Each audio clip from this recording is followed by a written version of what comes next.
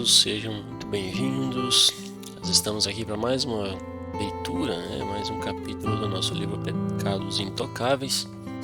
E hoje nós estamos chegando já ao capítulo 16, Ervas Daninhas da Ira. Acompanhem comigo. Por razões que explicarei em breve, precisamos analisar mais profundamente a ira e os seus resultados turbulentos. É normal pensarmos na ira tendo em vista alguns episódios. Ficamos com ira e depois nos acalmamos. Às vezes pedimos desculpa à pessoa com quem nos enfurecemos e outras vezes deixamos passar batido. Mas, de algum modo, a outra pessoa, com ou sem pedido de desculpa, supera a postura defensiva. Seja ela uma contestação furiosa ou um ressentimento guardado na alma, e a vida continua. O relacionamento foi arranhado, mas não desfeito. Não é um jeito fantástico de viver com alguém, contudo, é tolerável. Essa parece ser a maneira de muitos cristãos enxergarem o pecado da ira. Aceitam-na como parte da vida.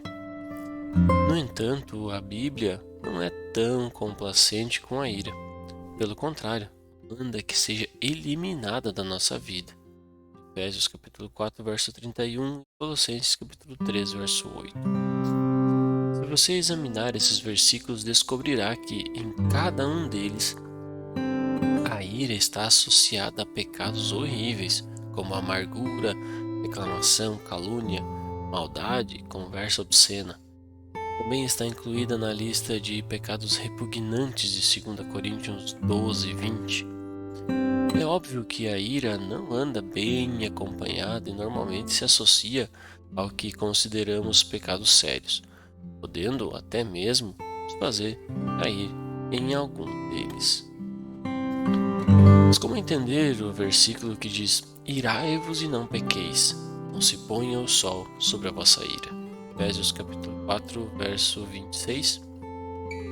Paulo não está dando permissão para sentirmos ira, e muito menos nos mandando ficar com ira, como o modo imperativo do verbo pode sugerir.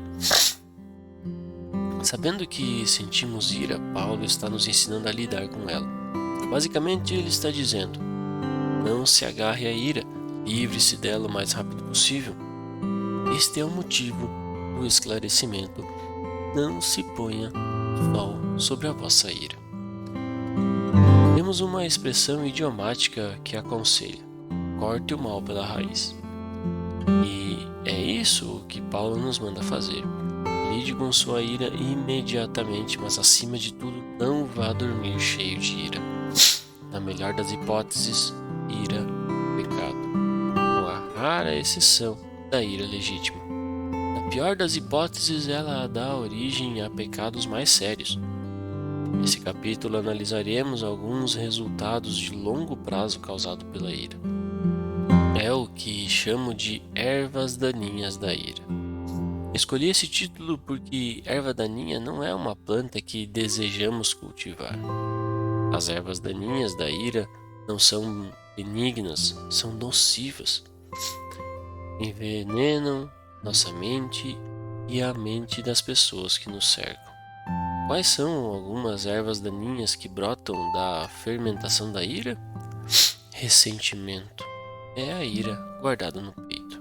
Ela brota no coração da pessoa que foi maltratada e acha que não pode fazer nada a respeito da situação. Um funcionário é injustiçado pelo chefe, mas não ousa enfrentá-lo e internaliza a ira em forma de ressentimento. Uma esposa talvez reaja da mesma forma em relação ao marido controlador. Pode ser mais difícil lidar com o ressentimento do que a ira clara e evidente, e em muitos casos a pessoa continua lambendo as feridas e relembrando a injustiça que sofreu. Amargura é ressentimento que se transforma em animosidade contínua. Enquanto o ressentimento pode se dissipar com o tempo, a amargura continua a crescer e apodrecer, aumentando o grau de indisposição. Por deixarmos de lidar com a ira inicial, a amargura é quase sempre uma reação de longo prazo e um erro real ou imaginário. O líder interveio numa situação que envolvia uma adolescente de sua igreja. O pai da garota achou que o líder não soube lidar bem com a circunstância. Em vez de tentar resolver a questão, o pai ficou com ira e, por conseguinte, amargurado. Nas palavras do pastor, ele se consumia em amargura. O pai disse ao pastor: "Eu perdoei aquele irmão, todavia não quero mais papo com ele." É evidente que ele não perdoou.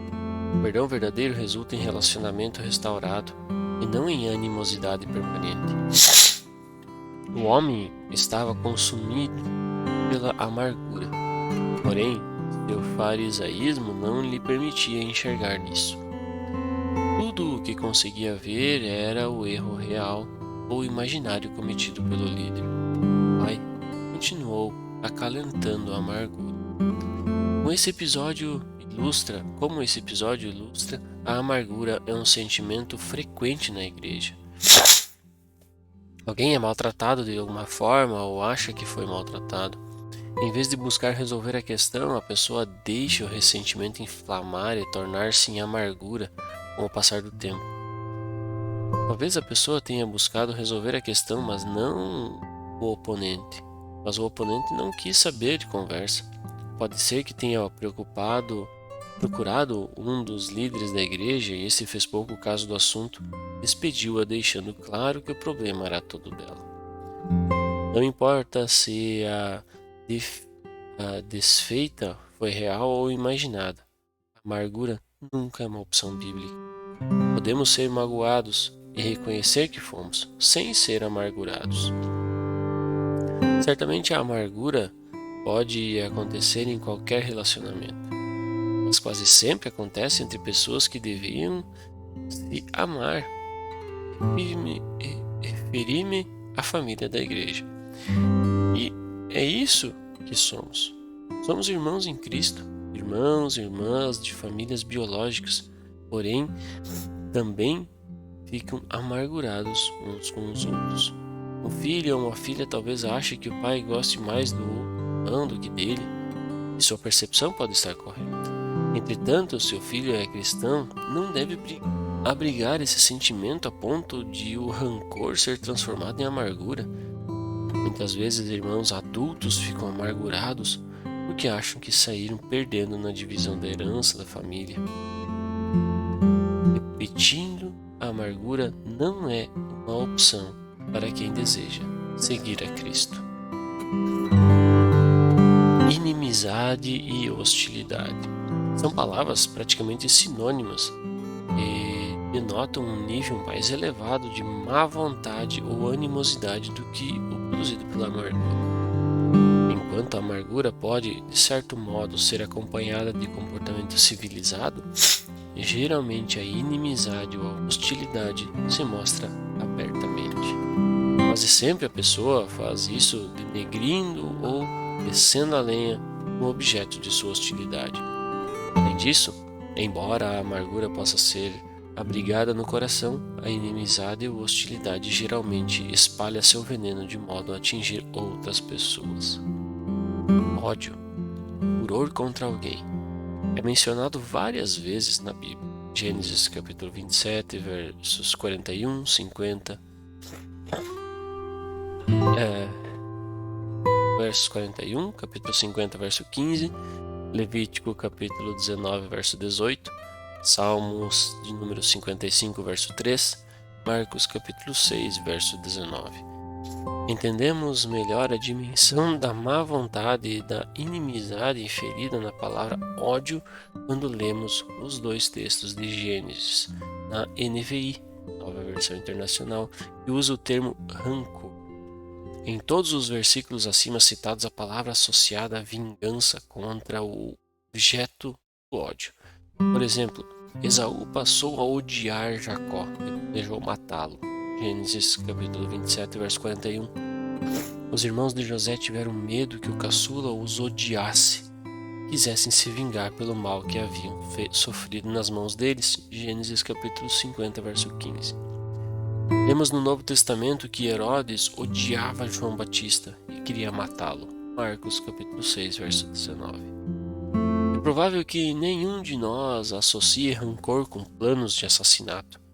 Muitas vezes, contudo, pensamos em nos vingar de alguém que detestamos. Não ousamos colocar nossos planos em ação, mas sentimos uma alegria perversa em executá-los em nossa mente. Isso acontece até entre os cristãos.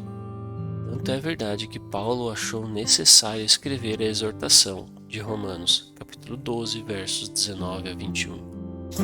Amados, não vos vingueis a vós mesmos, mas dai lugar à ira de Deus, pois está escrito: a vingança é minha, eu retribuirei, diz o Senhor. Pelo contrário, se o teu inimigo tiver fome, dá-lhe de comer, se tiver sede, dá-lhe de beber, porque se fizeres isto, amontoarás brasas sobre a cabeça dele.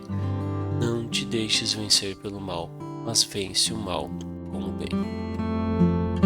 Discórdia descreve conflito visível ou confusão entre grupos, geralmente entre facções e não tanto entre indivíduos. É por isso que falamos em brigas na igreja ou rixas entre famílias. A discórdia é sempre feia e ultrapassa os limites dos pecados intocáveis. E obviamente não é nada sutil. Apesar disso, eu a incluo porque muitas vezes ocorre entre cristãos que se acham perfeitos e que nunca imaginam que as suas atitudes ou palavras furiosas contribuem para a discórdia. Na maneira de pensar desses cristãos, a culpa é sempre dos outros.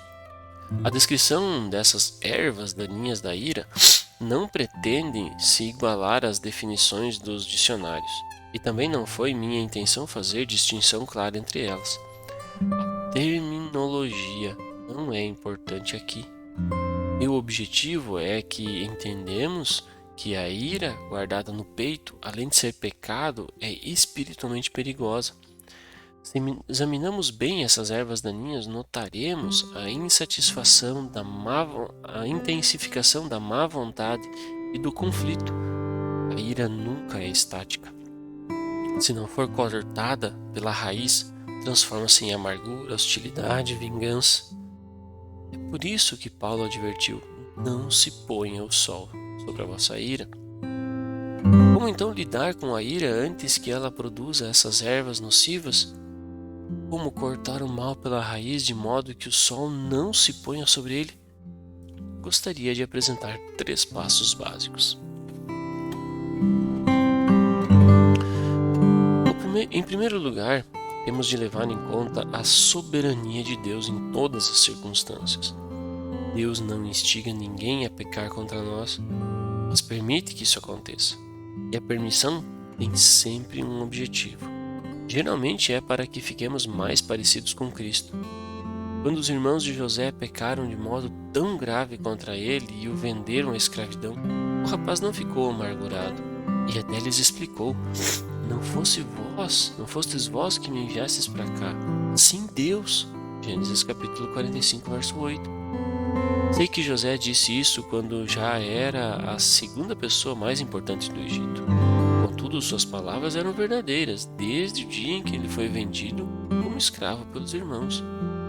E segundo a Bíblia, durante o tempo em que foi escravo na casa de Potifar, ficou na cadeia por um crime que não havia cometido, José nunca se mostrou amargurado. Na verdade, a Bíblia afirma que ele realizou muito bem as suas obrigações. Certamente esta não é a atitude de alguém amargurado.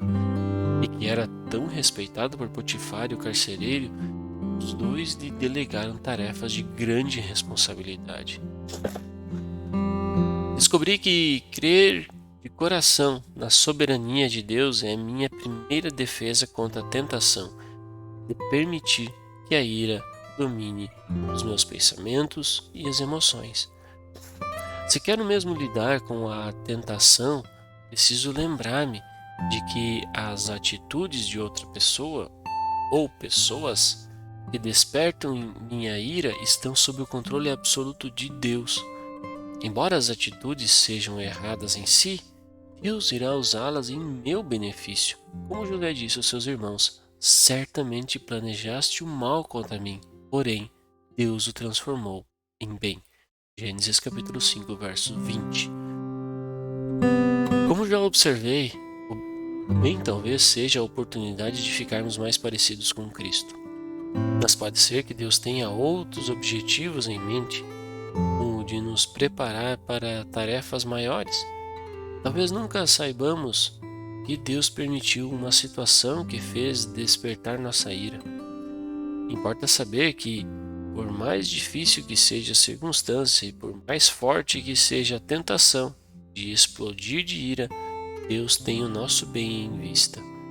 Refletir seriamente nessa grande verdade, a soberania de Deus, é meu primeiro passo para desarmar a ira. Em segundo lugar, devemos pedir que Deus nos capacite a crescer em amor. Em 1 Pedro, uma carta que instiga os leitores a buscarem santidade, mesmo em tempos difíceis, o apóstolo continua enfatizando a importância do amor fraternal, ou seja, do amor entre os cristãos. Por exemplo, Pedro incentiva: antes de tudo, tende profundo amor uns para com os outros, porque o amor cobre um grande número de pecados. Capítulo 4, verso 8. Pedro está dizendo que o amor nos capacita a ignorar um monte de atitudes erradas de outras pessoas. Se alguém nos esnoba, ou envergonha, ou aborrece, o amor nos capacita a ignorar tudo isso. Lembre-se de que nós decidimos reagir ao erro real ou imaginário das outras pessoas. A frase cortar o mal pela raiz, que já usei 2 vezes neste capítulo, se aplica de modo especial aqui. Embora o amor talvez não cubra alguns pecados significantes contra nós, certamente cobre muitos erros comuns. Quando o esposo mandão volta do trabalho, encontra a casa bagunçada e vê o jantar ainda não está pronto, ele tem poder de discernir que o amor cubra a situação. De fato, se seguir o caminho do amor, além de ignorar o que lhe desperta a ira, o marido arregaçará as mangas e ajudará a esposa. Ele seguirá o exemplo de Jesus, que, mesmo sabendo que era Deus, realizou a tarefa mais vil daquela época: lavou os pés dos discípulos. João capítulo 13, versos 2 a 15. Devemos amar uns aos outros com profundo amor, ou seja, perseguir o amor com diligência. O amor que ignora as ofensas não aparece do nada. É resultado da nossa dependência total do Espírito Santo. O apóstolo Paulo repete as palavras de Pedro quando escreve: o amor não se enfurece. 1 Coríntios capítulo 13, verso 5. Essa é uma afirmação sobre a qual todos nós devemos refletir. Você fica com ira facilmente? Alguém consegue arruinar seu dia com um sarcasmo do nada? Ou você, por amor a quem faz o comentário, consegue cobrir o sarcasmo? É provável que não haja nada mais corrosivo nos relacionamentos interpessoais do que a língua descontrolada. Tiago, capítulo 3, versos 5 a 10.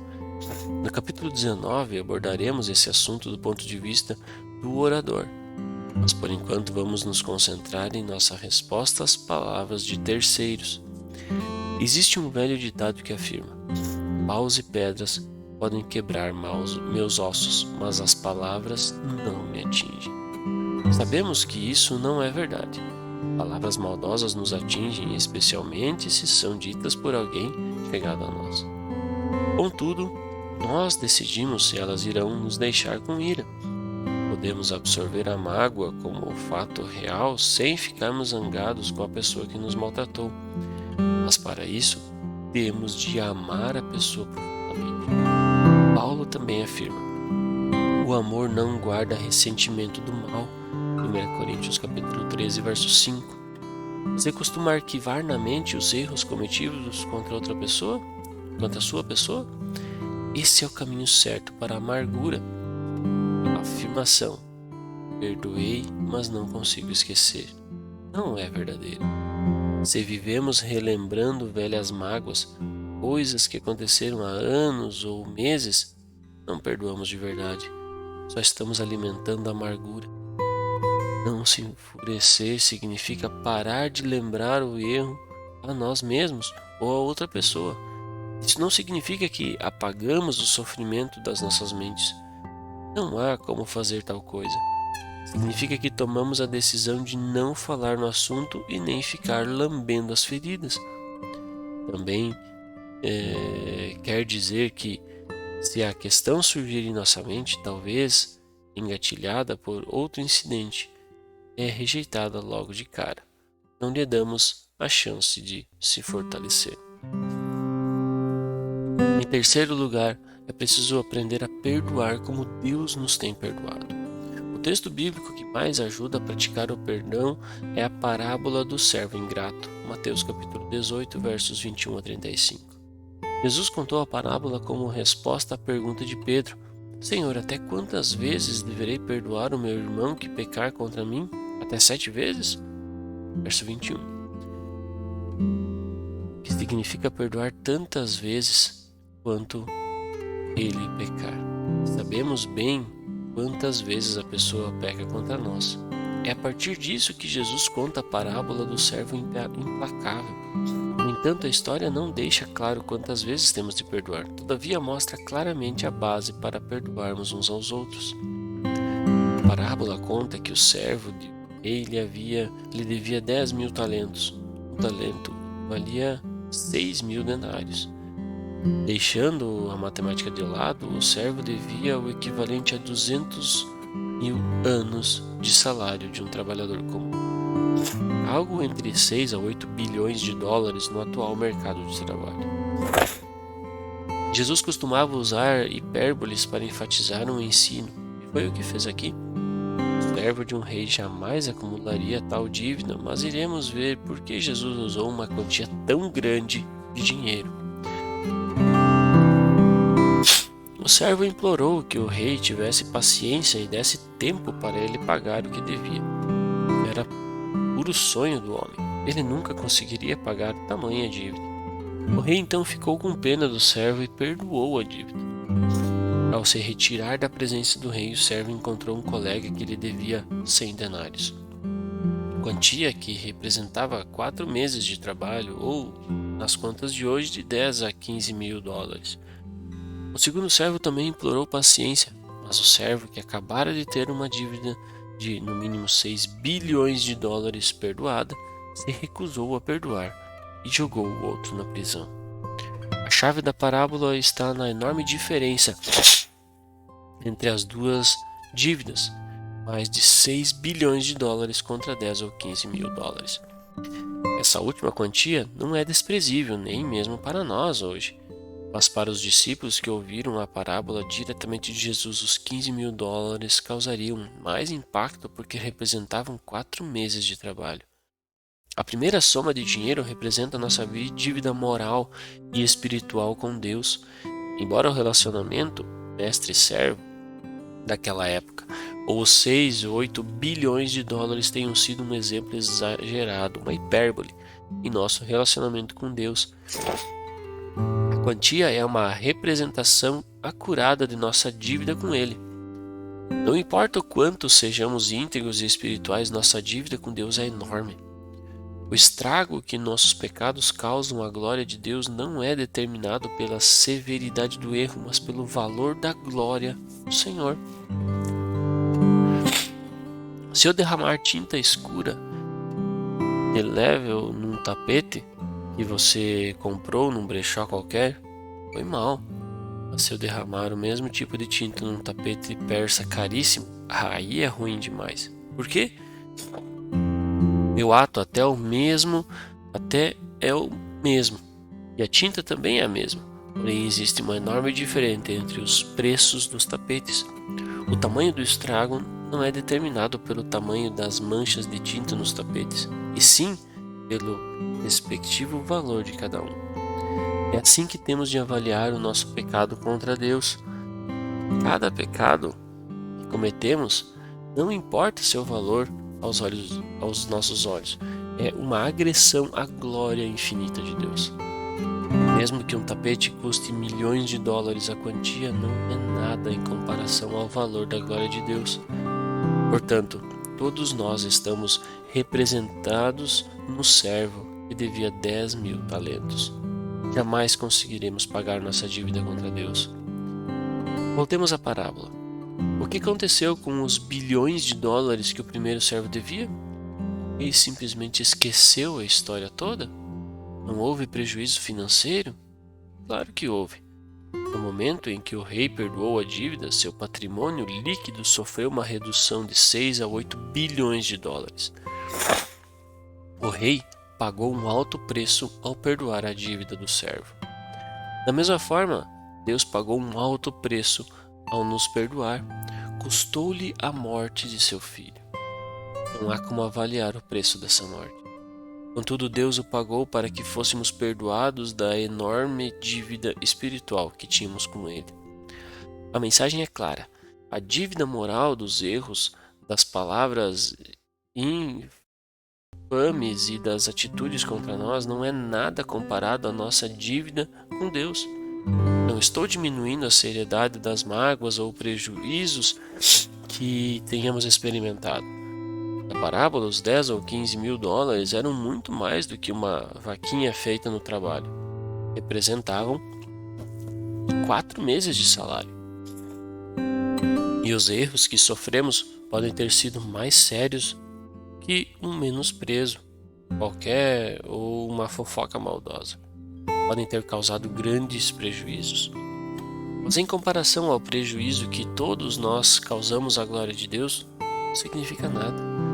A base para perdoarmos uns aos outros é, então, a enormidade do perdão que Deus nos ofereceu. Devemos perdoar porque fomos perdoados imensamente. Se não reconhecermos que somos devedores de 10.000 talentos a Deus, continuaremos lutando a perdoar aqueles que nos causaram grandes prejuízos ou continuam a nos prejudicar. No entanto, quando entendemos o quanto devemos a Deus, porque continuamos a pecar contra Ele, conseguiremos lhe dizer o quanto fomos prejudicados. Senhor Deus, fui bastante magoado, mas sou devedor de 10.000 talentos. O pecado dessa pessoa não é nada em comparação ao meu pecado contra o Senhor. Como o Senhor me perdoou, eu perdoo de coração essa pessoa. Não estou dizendo que uma oração desse tipo, mesmo feita com sinceridade, vai aplacar de imediato nossa ira. A carne não desiste tão facilmente. Todavia, a atitude revelada na oração oferece-nos uma arma com a qual podemos matar a ira. Ao concluirmos este segundo capítulo sobre a ira, sei que tanto este quanto o primeiro levantam questões ou objeções. Alguns leitores talvez achem que ignorei assuntos complicados como pais ou cônjuges violentos ou algumas injustiças sistêmicas prevalecentes em nossa sociedade. Outros talvez pensem, ele não conhece a minha vida. Se conhecesse, não seria tão bonzinho com suas respostas.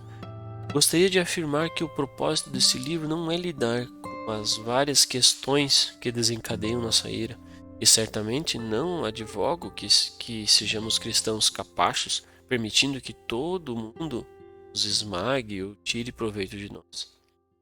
Há momentos em que temos de defender o que é certo e justo. Contudo, não devemos pecar durante o processo. E é disso que estou falando. Meu objetivo nestes 2 capítulos é que encaremos o fato de que grande parte, se não quase a totalidade, da nossa ira é pecado, mesmo que seja resultado das atitudes erradas de outra pessoa. Ao enfatizar o pecado da ira, não estou menosprezando o pecado dos ofensores. Entretanto, o antigo provérbio ensina: um erro não conserta o outro. O pecado da outra pessoa não conserta ou justifica o nosso pecado da ira. Ou como Tiago afirmou, porque a ira do homem não produz a justiça de Deus. Capítulo 1, verso 20. Além disso, acho que muito de nossa ira não é resultado de injustiças ou erros importantes contra nós, mas é uma manifestação de nosso próprio orgulho e egoísmo. Eu sofro constrangimento, aborrecimento e frustração por causa das atitudes ou inatividades de outra pessoa e fico com ira. Embora existam muitas injustiças que mereçam a nossa ira legítima, não devemos usá-la como desculpa para cobrir o pecado da ira. E muitas vezes surge em nossos corações e que possivelmente se mostra em nossas palavras ou atitudes. Mais uma vez recomendo os 3 princípios ou práticas que me ajudam muito. Crença firme na soberania de Deus, busca diligente do amor fraternal que cobre uma multidão de pecados e não mantém uma lista de erros, e a percepção humilde que, em comparação ao pecado do meu irmão contra mim, reconhece o débito de 10.000 talentos a Deus. Chegamos ao fim do capítulo 16. Como de costume, eu peço que a gente possa meditar nessas palavras e a gente consiga trabalhar isso no nosso coração, a fim de que consigamos corrigir as nossas atitudes, os nossos pensamentos, para que a gente possa se afastar de uma maneira verdadeira da ira, do pecado. Deus nos abençoe e nos vemos no próximo capítulo.